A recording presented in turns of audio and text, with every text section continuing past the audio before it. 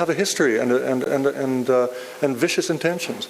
But that should not stop us from critically evaluating my own work as much as anyone else's. Please, if you read this book, as I hope you will, you will find very strong pieces by the contributors to the book.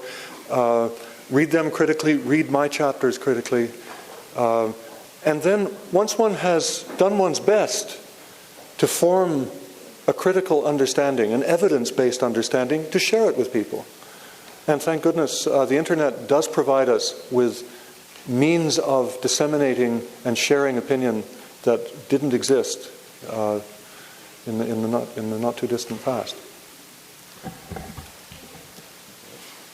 Yes, your name is? My name is Aaron Larson. Aaron Hart. And first off, I just wanted to thank you for the presentation tonight. And recently I've been somewhat intrigued by the idea of Christian Zionism in the United States, and I thought maybe you could touch upon how that influences the new anti-Semitism in the world. In a very significant degree. It's a perverse situation because Christian Zionism, of course, does not harbor any affection for Jews. Jews are simply part of an end-time narrative, and a very violent, apocalyptic end-time narrative. I think that there is, to a dismaying degree, there has been a dissemination of those views in this country as well. I think it's important to understand. I'm groping for the name. There's a very good article and book by, I think it was published first in the Walrus magazine, and I'm sorry I've gone blank on the name of the author, studying very precisely the commitments of this kind of Stephen Harper and of key members of his cabinet. I think it's quite apparent from the statements that Harper made in early November in regard to Israel and Palestine that his frame of mind is Manichaean and apocalyptic in precisely that Christian Zionist kind of way. These are very dangerous people because they're a massive voting bloc right now in both Canada and the United States. They're usually not. They're not as big a voting bloc as they pretend to be. Okay. The size of this voting bloc is systematically exaggerated for propaganda purposes. Okay. But yeah, they're very dangerous. It's something that needs to be, I think, really vigilantly contested and refuted at every possibility. Me too. Thank you. Thanks. They're also anti-Semitic because they think that either Jews will convert to Christianity or go to hell. Yeah. And that's it's an anti-Semitic premise that underlies the Christian Zionism. Yeah, it's a little bit like if one goes back to the history of the founding of the State of Israel. One sees that Canadian diplomats and jurists were very influential in the councils of the United Nations. And I think it's important to recognize that the Canadian government's attitude at the time was still, as it had been throughout the 1930s, powerfully anti-Semitic. And one reason they wanted the State of Israel to come into being was so that the Jews who were lining up to get out of the wreckage of post-World War II Europe wouldn't be trying to get into Canada. Hello, my name is Mickey, and people often talk about the role of like the Christian right or religious right in pushing this quasi McCarthyist view, but actually lots of individuals, groups who actually toe the party line are of secular background. They may be of the center, they may be of the moderate left. And so I style myself as a moderate, and I often, disassociate with radicalism and disassociate with particular ideologies. But do you think that there's actually this desire of Canadians to be moderate actually plays a unwitting role for us to be such accomplice in actually diminishing our democracy? That's an interesting question. I think it's possible, yes, because I think that it's noticeable. It was noticeable, for example, when the CBC astonished itself with the discovery that the Canadian that respondents to their poll regarded as the most important Canadian perhaps ever, or was it of the 20th century, was Tommy Douglas, whose great achievement was, of course, pushing for Medicare. That, in other words, issues of decency of that kind have a very high value for the Canadian electorate. Cynical politicians like Harper know this, and they try to appeal to those feelings.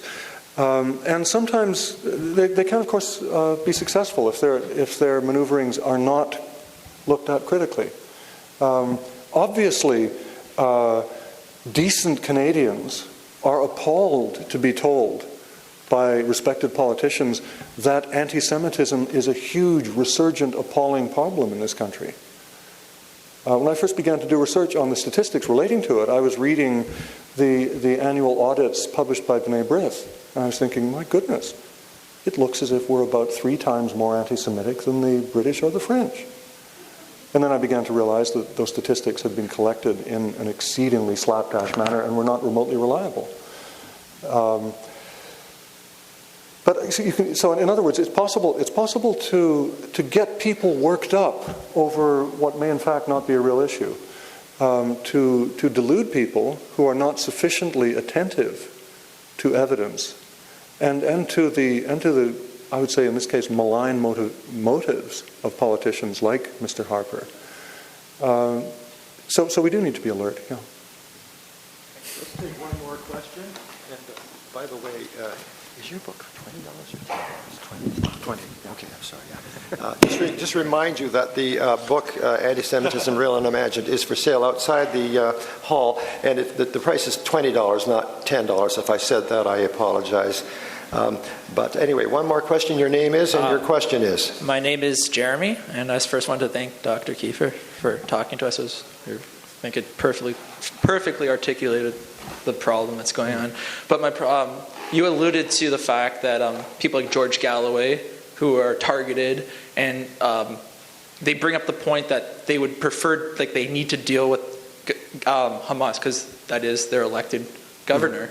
And I don't want to make any sweeping claims about the Palestinian population that voted, but I'm curious, why do you think that they were voted for by the majority of voters, and why did they come to power? It just says something that if you're going to deal with them, so why, in your opinion, why would such a bad party, political party? I wouldn't say they're bad. No, Hamas has, as most political organizations do, modulated its opinions in very significant ways. I mean, if one looks at, for example, the foundational documents of Hamas, one can be shocked because they're anti-Semitic, as well as being, inflected in various other ways. But anyone who listens to what Hamas leaders are saying know that the party has modulated, that it holds different views, that it is entirely willing to cooperate in a reasonable and rational peace process, which of course the Israeli government has been denying it. The principal alternative to Hamas, I mean, there are other smaller parties that I think deserve a lot of respect within occupied Palestine, but the principal opposition discredited itself. I mean, Fatah, through corruption, through stupidity, and through collaboration with the occupation. I mean, I think that can be put very simply. The intention of the Israelis and the Americans was to use to use Fatah and the Palestinian Authority, run by Fatah, as a kind of surrogate occupation force. And to a considerable degree, they succeeded in corrupting an already corrupt Fatah for that purpose. So I think in that regard,